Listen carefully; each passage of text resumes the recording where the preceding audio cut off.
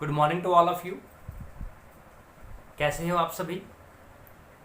I hope that all you will be fine and you are enjoying the video lectures, so try to understand it. If some doubt is there, you can ask me in inbox. So कल हमने linker किए थे जिसमें हमने and के बारे में आपको बताया था, बट के बारे में आपको बताया था, व्हाइल के बारे में बताया था और आपको लेस्ट के बारे में बताया था। तो आज हम करेंगे next linker number 5, that is otherwise. इसका मीनिंग क्या होता है? अन्यथा। तो अदरवाइज में क्या होता है कि सेंटेंस के दो पार्ट होते हैं।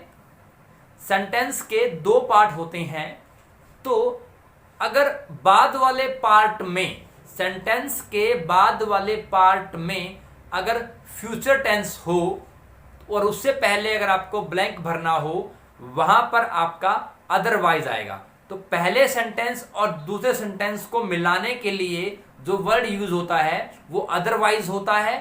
और कंडीशन क्या है कि सेकंड वाले पार्ट में फ्यूचर टेंस हो। क्या हो? फ्यूचर टेंस हो। फॉर एग्जाम्पल हमारा दर रहा है linker, sentence linkers.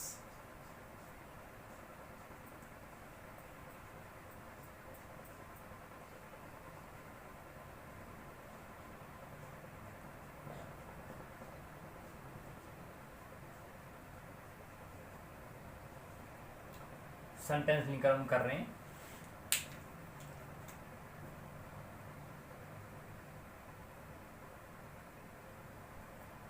Sentence linkers में लिंकर नंबर 5 क्या है? लिंकर नंबर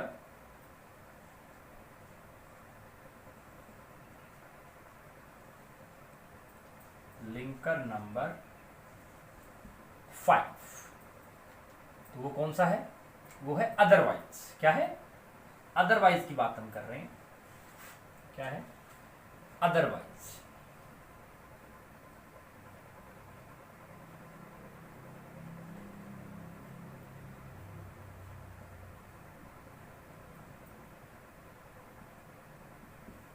अदरवाइज तो क्या है इसमें?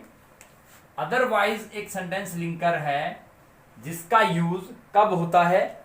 जब हमारे सेंटेंस के दो पार्ट हों और उस सेंटेंस के दो पार्ट में से अगले वाले पार्ट में फ्यूचर टेंस हो और उससे पहले अगर या उन दोनों पार्ट्स को मुझे जोड़ना हो तो क्या आएगा? अदरवाइज आएगा। ठीक है,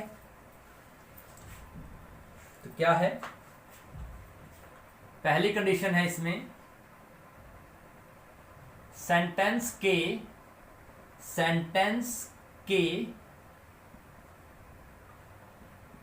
दो पार्ट्स हों। नंबर 2, दूसरे पार्ट में, सेंटेंस के दूसरे पार्ट में फ्यूचर टेंस हो। क्या हो? फ्यूचर टेंस हो। तीसरा, सेंटेंस के दो पार्ट हो, दूसरे पार्ट में फ्यूचर टेंस हो, दोनों पार्ट्स को मिलाकर लिखने के लिए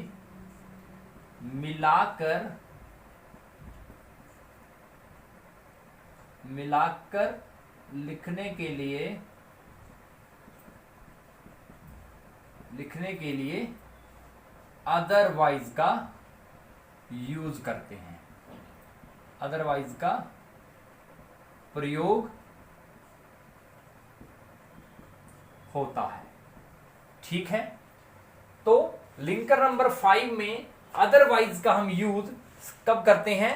जब सेंटेंस के दो पार्ट हों और दूसरे पार्ट में हमारे पास फ्यूचर टेंस हो और दोनों पार्ट को मिलाकर लिखने के लिए जिस लिंकर का यूज करेंगे वो हमारा क्या होता है? अदरवाइज होता है। फॉर एग्जाम्पल आप ये भी कह सकते हो कि अदरवाइज वाले सेंटेंस में आपको ना अदरवाइज के अगले पार्ट में वार्निंग सी लगेगी। तो इसका मतलब होता है अन्यथा।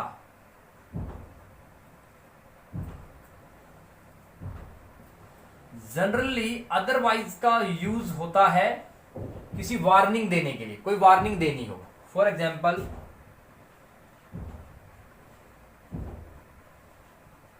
Work hard otherwise, work hard otherwise you will fail. तो क्या होगा? परिश्रम करो अन्यथा तुम फेल हो जाओगे। तो क्या आ जाएगा? परिश्रम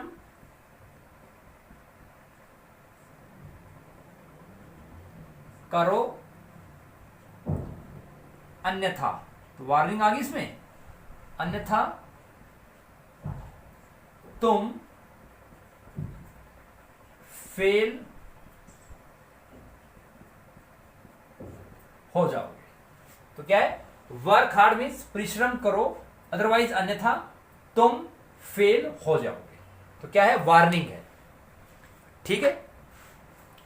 फिर नेक्स्ट लिंकर आता है आपका आफ्टर की बात करते हैं। आफ्टर अदरवाइज में क्या था? सेंटेंस के दो पार्ट है, दोनों पार्ट में से दूसरे वाले पार्ट में, बाद वाले पार्ट में फ्यूचर टेंस हो, और दोनों पार्ट को मिलाकर लिखने के लिए हम अदरवाइज का यूज करते हैं, और अदरवाइज का यूज हम किसी फ्यूचर की वार्निंग के लिए करते हैं। ठीक है।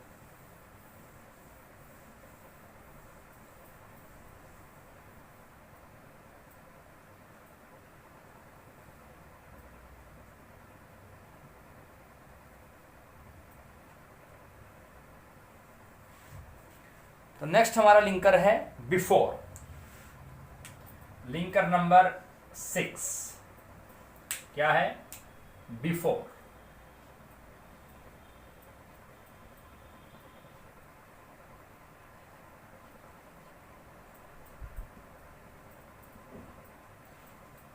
बिफोर का मीनिंग होता है से पहले, जनरली होता है पहले, और वर्ड जब सेंटेंस की हिंदी बनाएंगे उसमें लगता है ये से पहले। तो बिफोर का कहाँ यूज होता है? देखिए, अगर सेंटेंस के दो पार्ट हों, यहां भी वही है, ठीक, सेंटेंस के दो पार्ट हों और जिस सेंटेंस के पार्ट में क्रिया पहले खत्म हो गई हो, कहने का मतलब काम जो है वो अगर सेंटेंस के पहले वाले पार्ट में खत्म हो गया, काम जो है वो पहले वाले पार्ट में खत्म हो गया, उस सेंटेंस में क्या आता है? बिफोर आता है। इट मीन्स अगर क्रिया पहले वाक्य के पहले भाग में ही खत्म हो जाती है, उसको उन सेंटेंसेस में बिफोर का यूज होता है। क्या होता है? बिफोर का यूज होता है। तो यहां भी वही है, सेंटेंस के दो पार्ट तो होने ही होने चाहिए। सेंटेंस के दो पार्ट हों, ठीक। नंबर 2, सेंटेंस के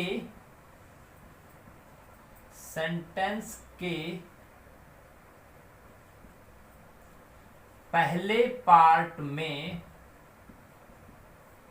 पार्ट में सेंटेंस के पहले पार्ट में अगर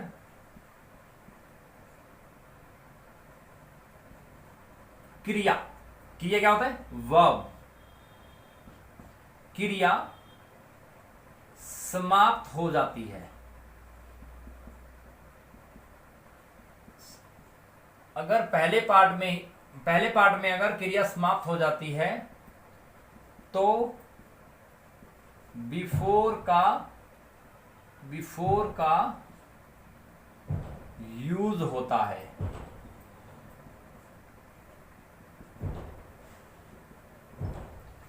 तो क्या है? अगर सेंटेंस के पहले पार्ट में क्रिया खत्म हो जाए तो उस सेंटेंसेस में क्या होता है? बिफोर का यूज होता है। For example,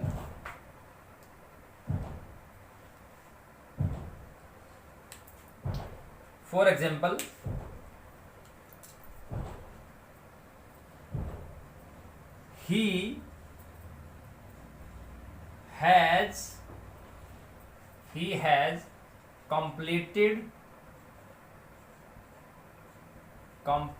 his homework. He has completed his homework before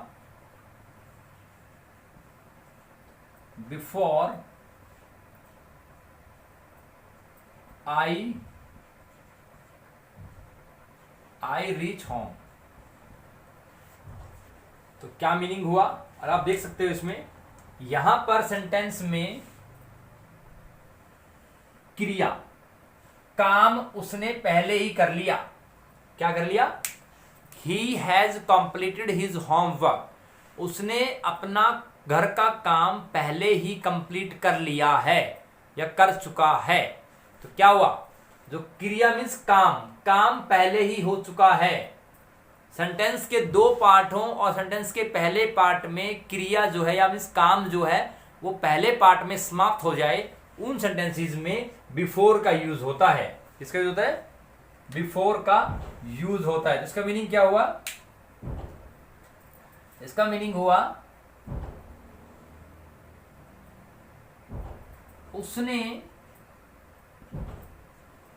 उसने अपना काम कर लिया है मेरे घर पहुंचने से पहले। या आप ये कह सकते हो कि मेरे घर पहुंचने से पहले उसने अपना काम कर लिया है। उसने अपना काम कर लिया है, इसका मतलब उसने अपना काम पूरा कर लिया है। पूरा कर लिया तो क्या हो गया? अपना काम पूरा कर लिया है मेरे पहुंचने से पहले। मीन्स मैं अभी घर नहीं पहुंचा, उससे पहले उसने काम कर लिया। तो क्या हो गया? काम पहले ही सेंटेंस में पूरा हो चुका है और मैं बाद में पहुंचता हूं। ठीक है, तो ऐसे सेंटेंसेस में क्या आता है? बिफोर का यूज होता है। क्लियर? अब आता है लिंकर नंबर 7। क्या आता है? Linker number 7।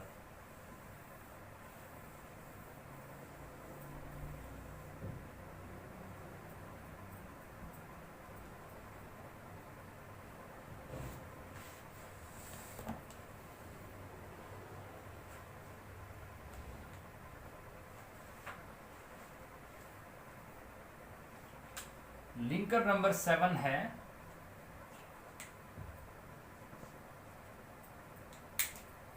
आफ्टर।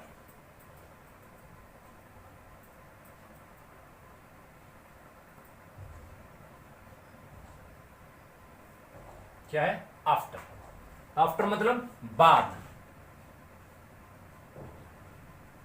आफ्टर मतलब होता है बाद। तो अब आफ्टर का यूज उन सेंटेंसेस में होता है जिन सेंटेंसेस में क्या हो? दो पार्ट हो सेंटेंस के और बाद वाले पार्ट में क्रिया खत्म होती हो। अगर क्रिया जो है वो बाद वाले पार्ट में खत्म होती है, उन सेंटेंसेस में क्या आता है? आफ्टर आता है। क्या आता है? आफ्टर आता है। ठीक है, फॉर एग्जाम्पल,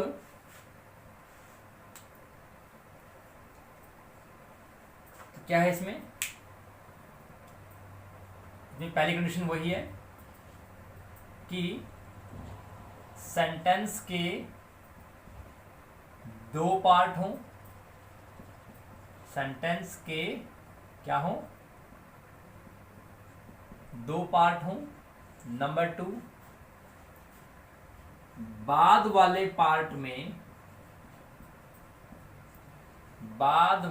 पार्ट में जो क्रिया है वो समाप्त होती हो,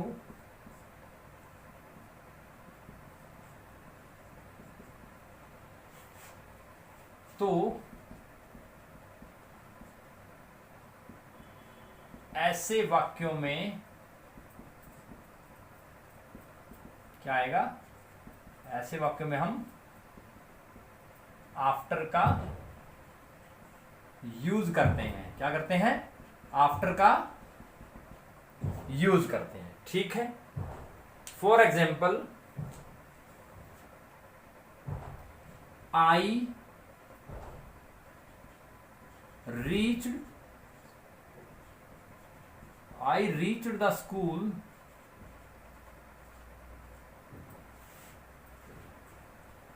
after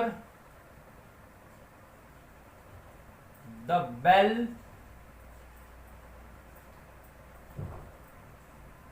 had gone। तो सेंटेंस के दो पार्ट आप देख सकते हो। फर्स्ट पार्ट,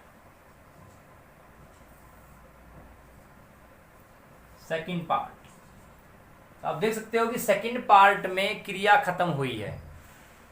तो जिन सेंटेंसेस में क्रिया आपके दूसरे पार्ट में खत्म होती हो, उन सेंटेंसेस में या उन सेंटेंसेस को जोड़ के लिखने के लिए हम आफ्टर का यूज करते हैं। ठीक है। तो ये था आपका आफ्टर लिंकर का। ठीक। नेक्स्ट है लिंकर नंबर 8।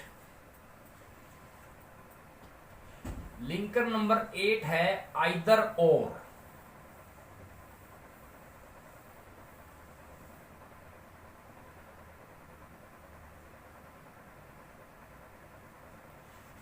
तो नेक्स्ट है लिंकर नंबर 8। क्या है ये? लिंकर है आइदर और नाइदर नॉर। ठीक है। तो आइदर और नाइदर नॉर।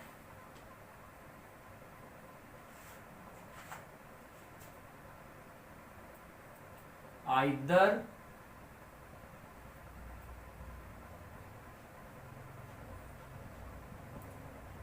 पहले आइदर और की बात करते हैं। आइदर और, तो अब देखिए आइदर और नाइदर रोन का कोई ऐसा इशू नहीं है। हमेशा ये जो लिंकर है ये पेयर में यूज होते हैं। ये क्या होते हैं? पेयर में यूज होते हैं। तो इनका कोई परफेक्ट रूल नहीं है कि जहां भी आप ये कह सकते हो कि जहां भी सेंटेंस में आइदर आए तो वहां क्या आएगा? और आएगा। ठीक है। और जहां नाइदर आए वहां नोर आएगा। जहां ऑल्दो आए वहां यट आएगा। मीन्स आइदर के साथ और यूज होता है, नाइदर के साथ नोर यूज होता है, ऑल्दो के साथ यट यूज होता है, नो सूनर के साथ देन यूज होता है, नो सूनर के साथ देन यूज होता है, हार्डली और स्कार्सली के साथ, हार्डली और स्कार्सली के साथ, इन दोनों के साथ क्या यूज होता है? व्हेन यूज होता है। व्हेन।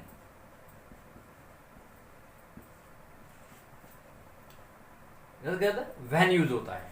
नो सूनर के साथ क्या होता है? देन यूज होता है। नॉट ओनली के साथ बट आल्सो यूज करते हैं। नॉट ओनली के साथ क्या यूज करते हैं? But also. तो ये पेयर्स में है, ये सभी पेयर्स में है। तो लिंकर नंबर 8 में आप लिख सकते हो कि पेयर वाले लिंकर, कि पेयर वाले लिंकर, कि जो लिंकर पेयर में ही एग्जिस्ट करते हैं सेंटेंस में, वो like either or, neither nor, no sooner than, hardly scarcely के साथ वहन आता है, आपका नॉट ओनली के साथ बट आल्सो आता है, और बोथ के साथ एंड आता है। ठीक है। और एज के साथ एज, सो के साथ डैट, और सो के साथ एज। तो कुछ ये पेयर वाले लिंकर हैं जो कि हमेशा पेयर के अंदर ही एग्जिस्ट करते हैं। ठीक है। तो ये लिंकर हैं पेयर वाले।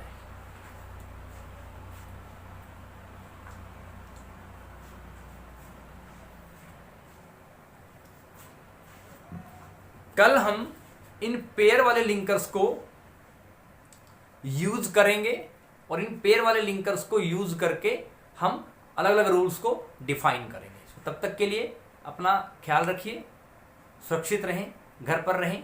Thank you so much.